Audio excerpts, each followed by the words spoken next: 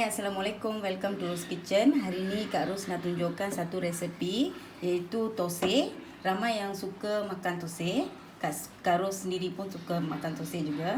Selalunya kebanyakan orang pergi cari thosai dekat kedai-kedai mamak. Tapi kalau kita nak buat dekat rumah, Kak Ros nak tunjukkan ni Sila ikut Mula-mula bahan utama dia 2 gelas beras. Mana-mana gelas pun tak apa, tapi kita perlukan 2 gelas beras. Kemudian kita perlu 1 sudu teh halba. Ya, campurkan dengan bahan seterusnya iaitu ulendu. Ini sejenis kacang. Selalunya boleh dapat kedai mamak, kedai runcit, supermarket pun boleh dapat. Ini rupa dia. Kita tak perlu banyak ya. Mana-mana gelas pun tak apa, tapi setengah gelas. Kita tak boleh masukkan banyak. Cukup masukkan sekali. Lepas tu sekarang Kak Ros nak bagi tahu untuk buat thosai kita nak blender semua ni kan. Kita kena ada nasi, segenggam nasi ataupun sebanyak ni, tapi anggaran segenggam nasi kita pegang nasi macam ni. Okey, kita akan masukkan selepas bahan-bahan ni dicuci. Ya. Sekarang kita cuci betul-betul beras, kacang ulendu dengan halba ni Kita kena cuci betul-betul sebab ada kotor-kotor ya.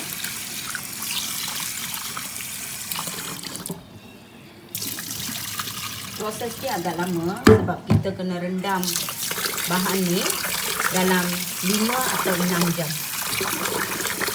Sekarang Kak Ros dah cucikan beras ni. Kita sekarang nak rendam. Okay, penuhkan air macam ni. Okay.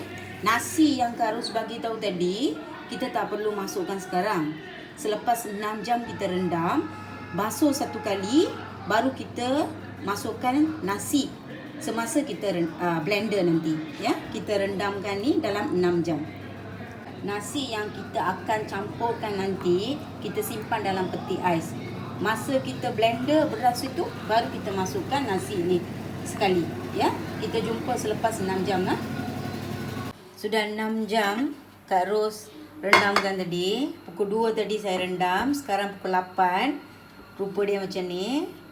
Tapi kita perlu basuh dia satu kali ya. Jom kita basuh.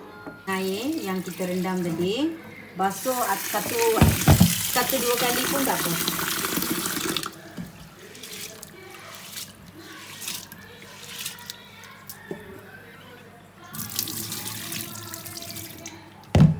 Saya sudah basuhkan beras, halba, kacang ulendu, beras semua dah rendam betul-betul Ni rupa dia. Sekarang kita blenderkan dia.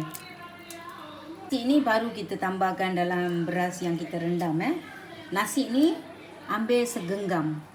Nasi ni nasi baru kita tak boleh guna Nasi yang kita masak semalaman tu baru kita boleh guna nasi tu.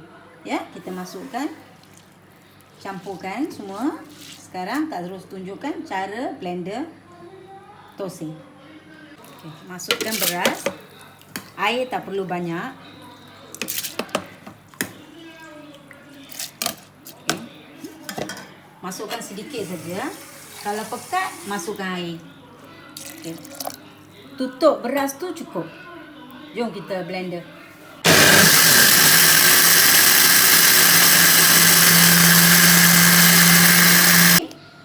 Okey, kita masukkan beras yang kita rendam tadi dalam satu sudu. Dia tak boleh cair sangat.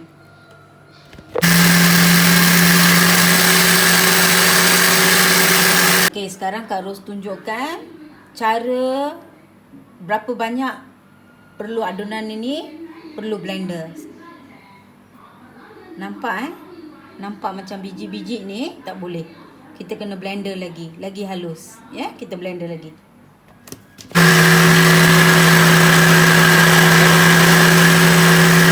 Sekarang Kak Ros tunjukkan halus dia Okey, ini dah halus lah. Okey. Sekarang cara penyimpanannya, kita boleh pakai mana-mana periuk pun boleh. Kak Ros ada periuk tanah ni. periuk silver pun boleh. Janji dia ada penutup.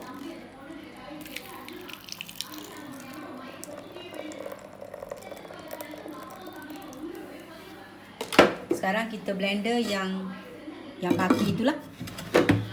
Okay.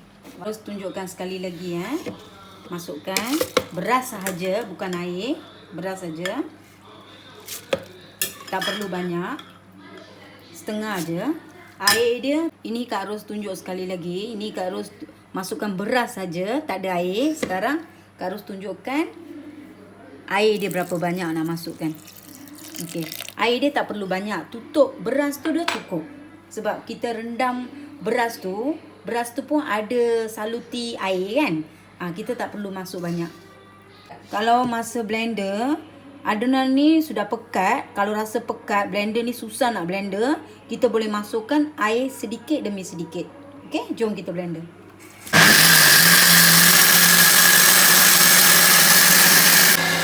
Kalau adunan ni dia rasa pekat, blender susah nak blender, kita boleh masukkan air Kita boleh masukkan air. Janji dia ada lubang tengah-tengah tu bagi blender ni betul-betul blender betul. Kalau macam ni, okey boleh. Okey, sudah blender.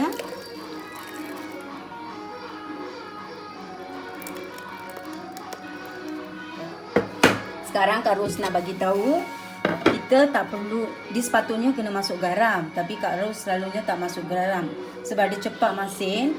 Sekarang malam pukul 9, pagi kita nak masak thosai. Tangan ni kita nak masuk, kita buat macam ni. Dia perlu buat macam ni, dia tak boleh pakai tangan. Dia tak boleh pakai sudu, dia kena pakai tangan. Okey, kena buat macam ni. Dalam 2-3 minit lah kita kena buat macam ni.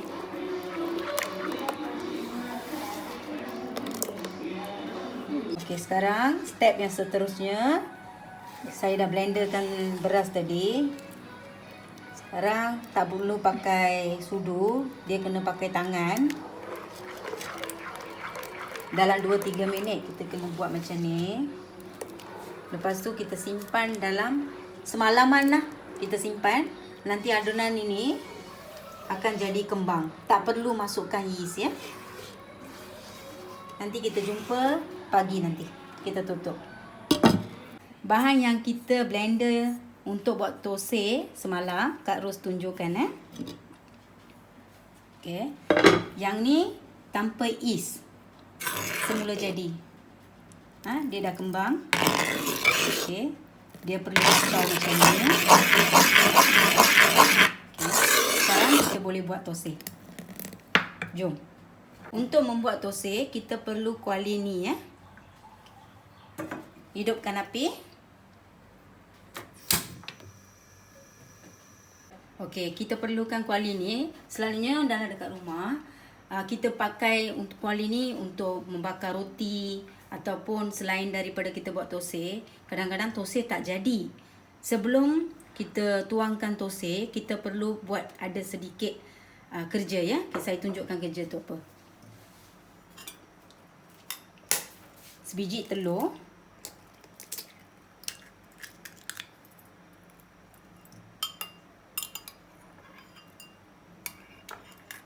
Okey, masukkan minyak dalam 2 sudu ya. Okey, ambil satu biji onion, bawang merah potong, cucuk dalam garpu. Kita kena gaul macam ni. Lepas tu, ini mudahkan thosai menjadilah, dia tak lekat. Okey, kita buat macam ni.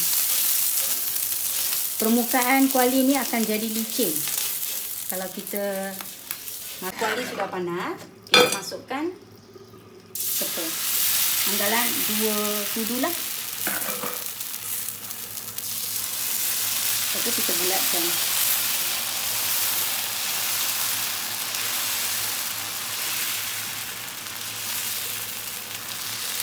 Sudah. Ni nampak dia licin, senang je ambil. Tapi yang ni belum masak lagi. Biarkan dalam 1 minit biar garing. Okey, kita balikkan separuh ya.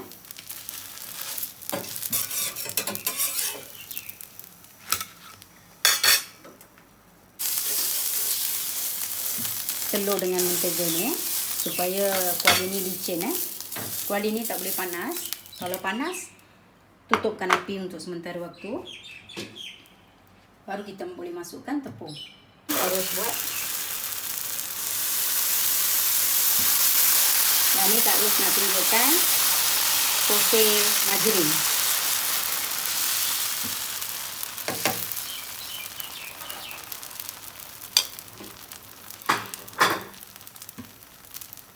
Okey, margarin ni kita boleh pakai Margarin boleh pakai, minyak sapi boleh pakai ya. Sekarang kita masukkan. Biar dia cair sendiri.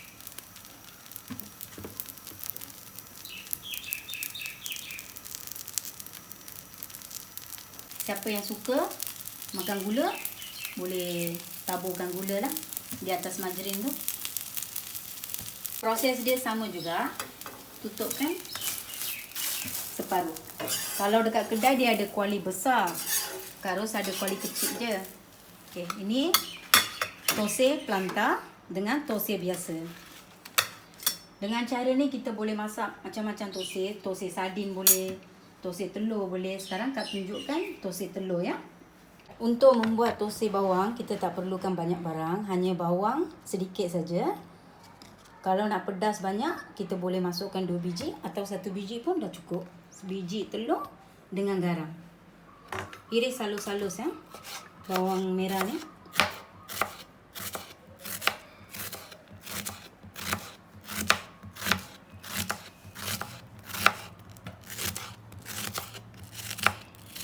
Okey.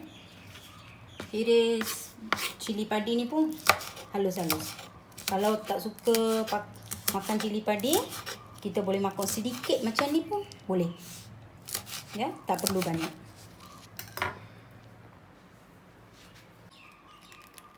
Masukkan telur. Masukkan bawang merah dengan cili padi. Masukkan garam sedikit. Okey. Gaul Jom kita buat tose telur.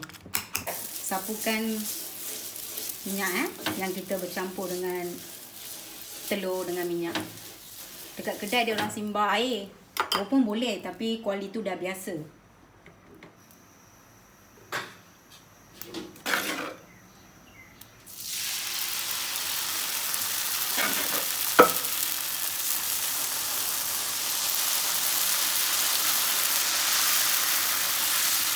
Kalau ada lubang-lubang macam ni, tutup dengan tepung yang ada.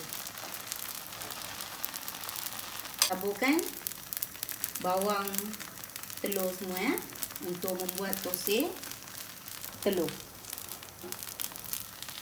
Boleh taburkan minyak sikit untuk masak telur ni. Tak perlu nak pedas lagi, boleh masukkan cili kering serbuk cili kering. Bagi dia pedas.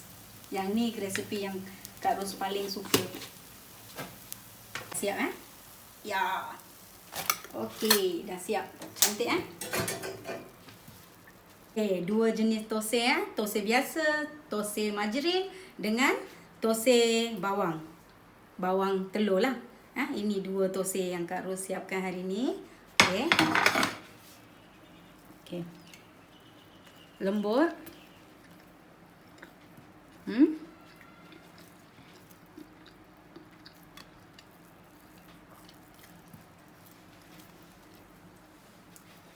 Yang ni tose telur Boleh makan dengan kari dal, kambing, kari kambing, semua boleh. Ya. Selamat mencuba. Subscribe channel saya, support saya, like dan komen. Apa-apa kalau nak resepi, masukkan dalam comment box. Thank you kawan-kawan. Bye.